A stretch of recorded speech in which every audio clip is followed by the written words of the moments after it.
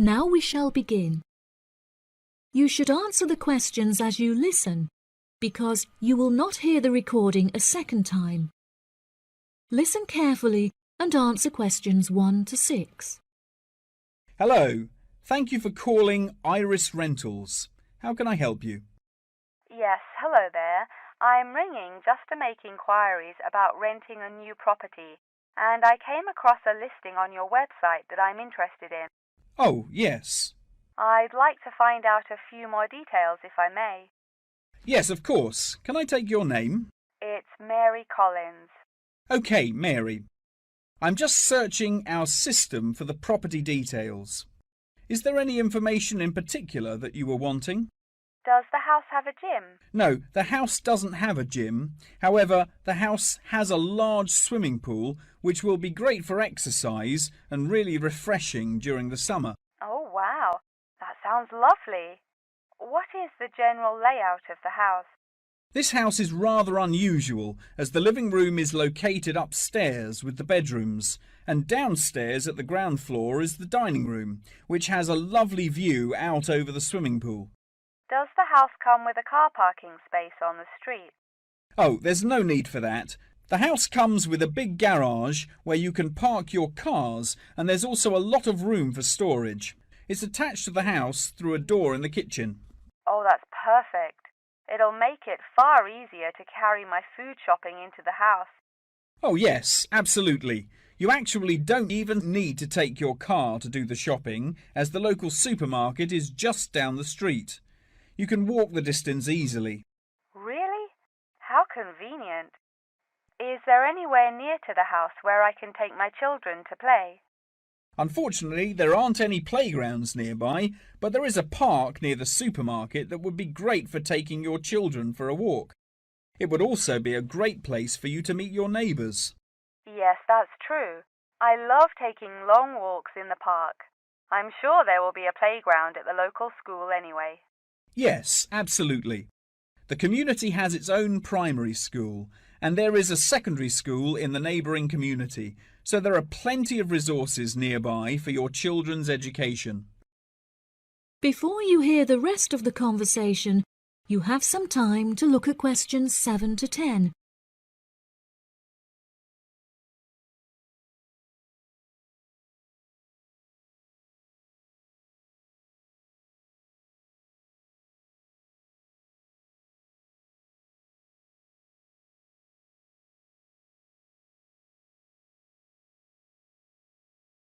Now listen and answer questions 7 to 10. Okay, great. What are the rental costs for the property? The monthly rent is $980, which is very reasonable considering the size of the house and the amenities that it has to offer. Does that figure include maintenance fees and bills? The bills are not included in that figure, but it does include any maintenance fees for the garden. That sounds like a very reasonable price. We were hoping to move on the 20th of April. Will the house be vacant for that date? The current tenants of the property are due to leave on the 20th, but the cleaners will need a few days to make sure that the house is clean and tidy. This would make the house officially available on the 23rd of April. Well, everything about the house sounds perfect. Exactly what I'm looking for. What date would it be possible to view the property? I have arranged for the tenant to leave the property on Friday, so I can show the house to prospective renters. Would you be able to make that day? Yes, I'm sure I could come on my lunch break. Would 1 o'clock be okay? I'm afraid that I have a meeting at 12:30, so I won't be able to make that time.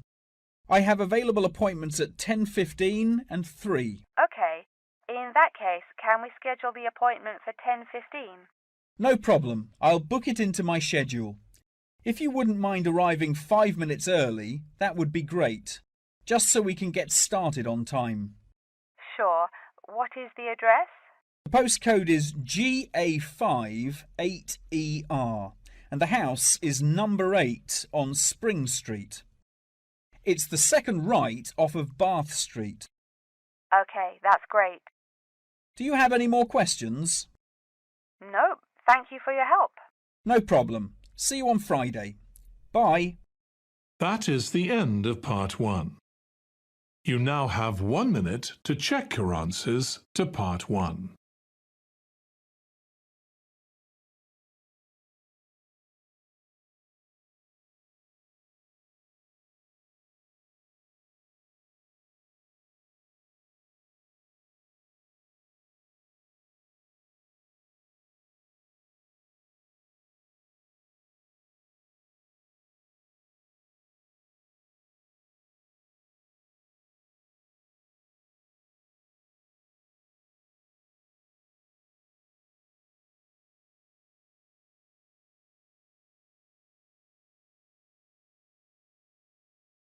Part 2. You will hear a maintenance worker talking to a university officer about some recent storm damage to the main building. First, you have some time to look at questions 11 to 15.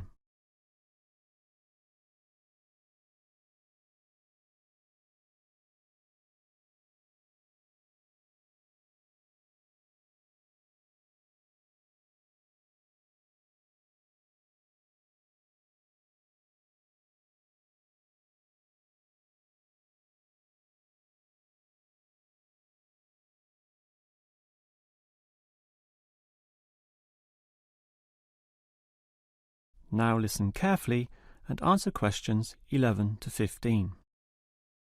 Hello there.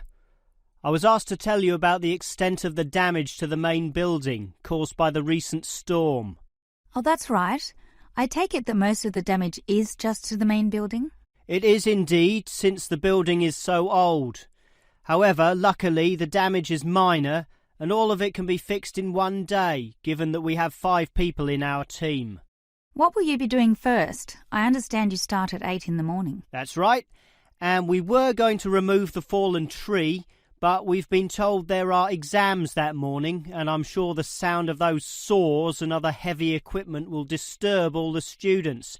So instead we'll fix that leaky roof. That's a 4-hour job, since it involves substantial repair, not like fixing broken windows, which can be done quite quickly. So you'll fix the broken window after that, from midday? We could do that, but since we'll be working in the ceiling, it's more logical to get rid of those birds' nests there. It's a small job, but will require crawling inside the ceiling cavity, which is not an easy exercise, so that will take about an hour. But this is good, since by that time the exams should be over, and we can address that tree which has been blown over. After our 1-hour lunch break, of course. It will be quite noisy dealing with that, but it will be finished by 3 o'clock. Some of our staff will then leave to fix things on another site. An office nearby needs a new window. But 2 of us, including myself, will remain here to paint over that discoloured patch of wall in your office. Oh, good. It looks so horrible at the moment. Well, we'll certainly make it look good once again. And in the last hour of our working day, we'll fix up that problem with the wiring. Apparently the power doesn't go to one of the classrooms.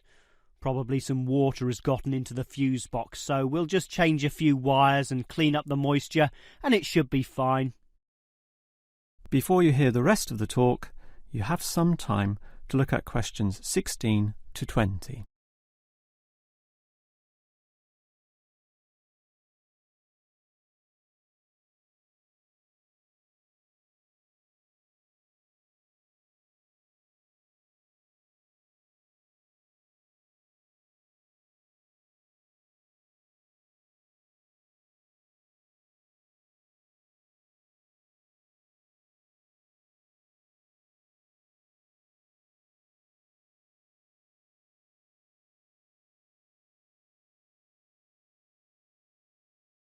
Now listen and answer questions 16 to 20.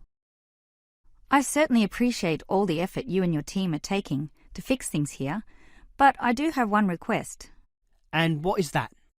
You said you're going to paint the back wall in my office. Will it be the same colour as before? Yes, we'll make it a nice white colour. Well, that's the point. I'd prefer it to be yellow to match the furniture. The furniture is orange, actually, but I think yellow is a nice match. Can you do that? We can certainly do that. Yellow it is. Certainly a prettier colour than just plain white, or the blue in my kitchen at home for that matter. And we can leave the paint can with you in case you need to do some touch-ups or if the stain reappears. I'll just leave it in the garden shed, the one next to the main classroom. And incidentally, about those birds in the ceiling, I was just investigating and I heard the chirping of little baby birds in there, so there must be some young ones in a nest. I just thought you'd like to know that we can give them to a wildlife reserve. There's one in the next suburb, so that should not be too much trouble. Or you could give them to one of our teachers. I have a colleague who can raise them. I would say the wildlife reserve is a better option, since the people there are used to dealing with animals. And as for that fallen tree, we'll cut it up into small pieces, and that can be firewood in my house, so that won't be wasted either, although the smoke will cause some pollution. But I have a special licence for my fireplace, so no one can object to that. I've noticed also that the university has a garden bin for the smaller items, leaves and sticks and bark and so on, so we can dispose of material in that also. You do have some waste piles out the back, but a proper garden bin means that the material will be recycled, and that's better for the environment, so you can rest assured we will use that. That is the end of Part 2. You now have 30 seconds to check your answers to Part 2.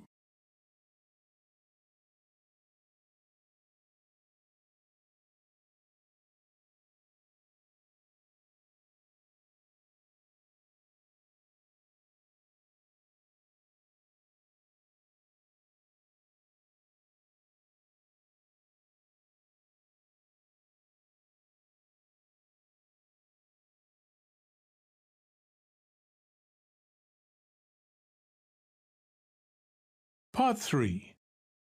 You will hear 3 students, Steve, David and Susan, discussing the different courses they attend. First, you have some time to look at questions 21 to 26.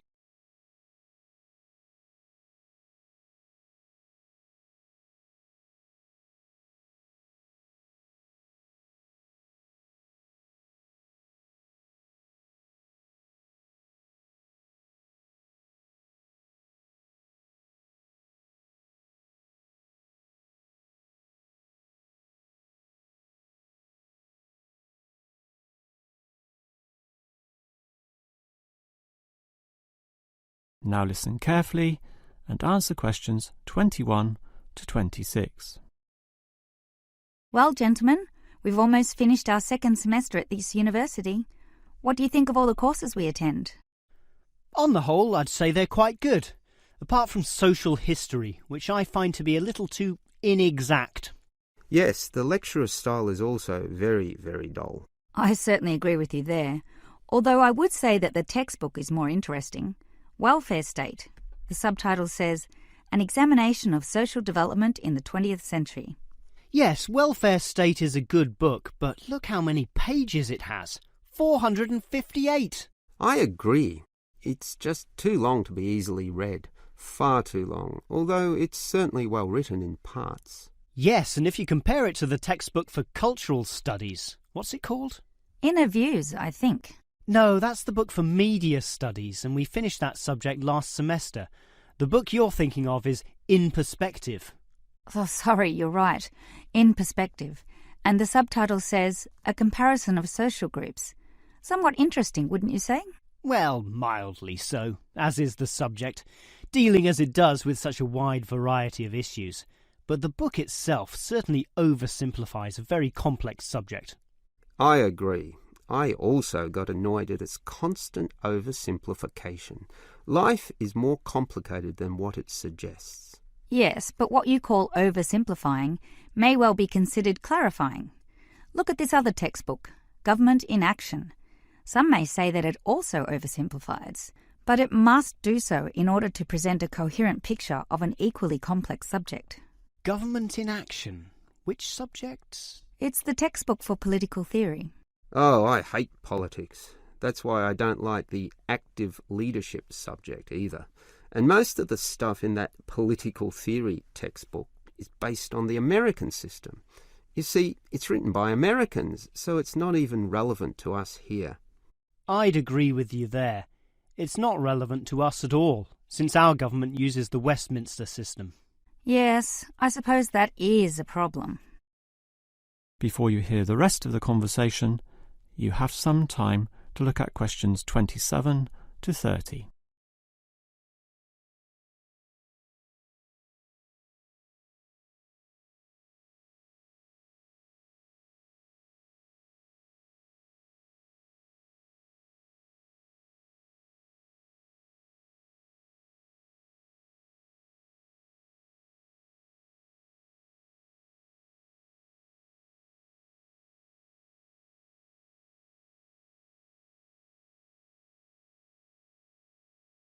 Now listen and answer questions 27 to 30.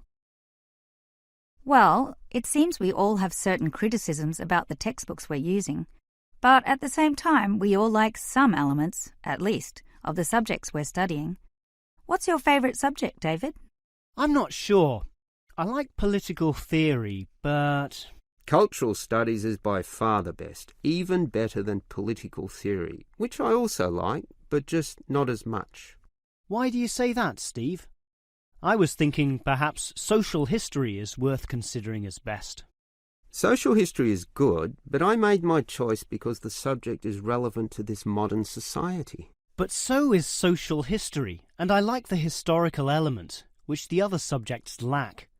Even political theory examines history only briefly and in a very narrow way, so I'd say social history is the most rewarding for me.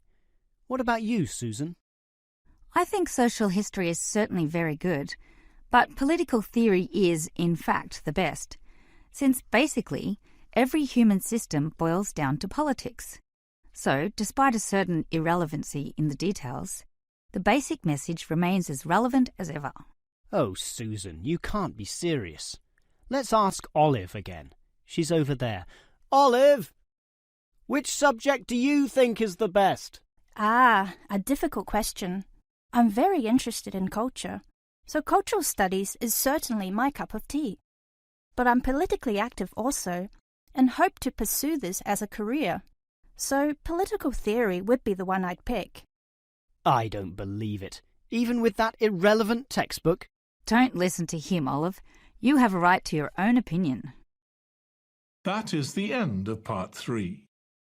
You now have 30 seconds to check your answers to part 3.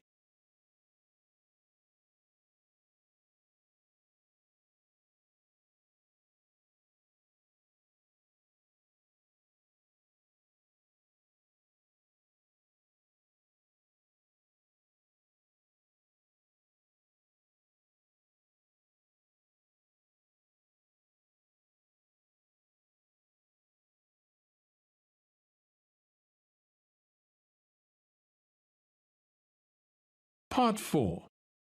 You will hear a lecturer talking about the movement of population towards cities. First, you have some time to look at questions 31 to 40.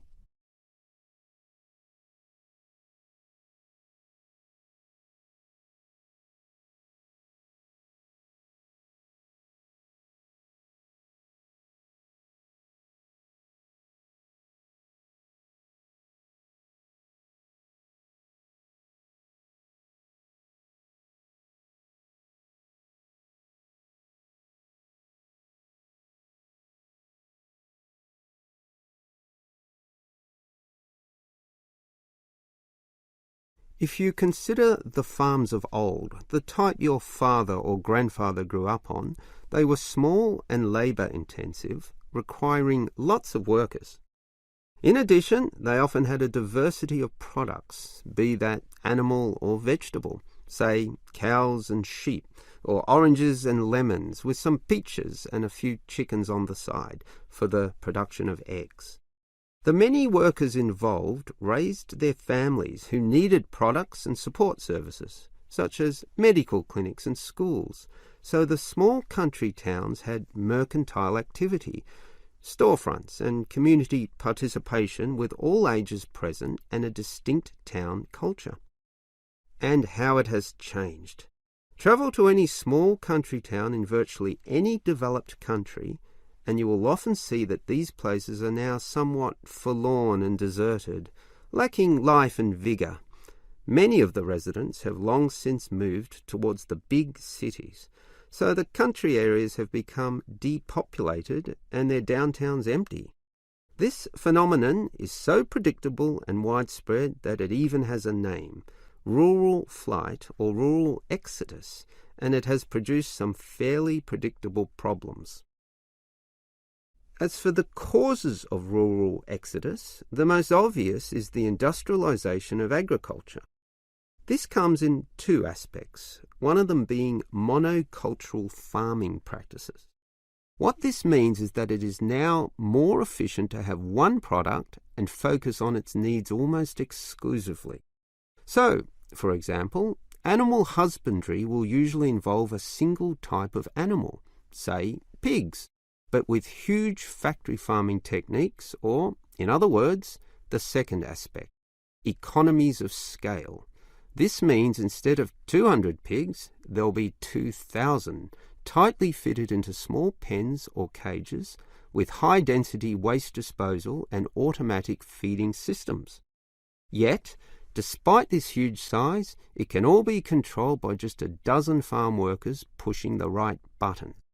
You might not like it, but in a competitive market, the cheaper the overheads, the better, and one can't argue with market economics. It's simply the way of the modern world, and it has changed the face of rural districts, mostly for the worst.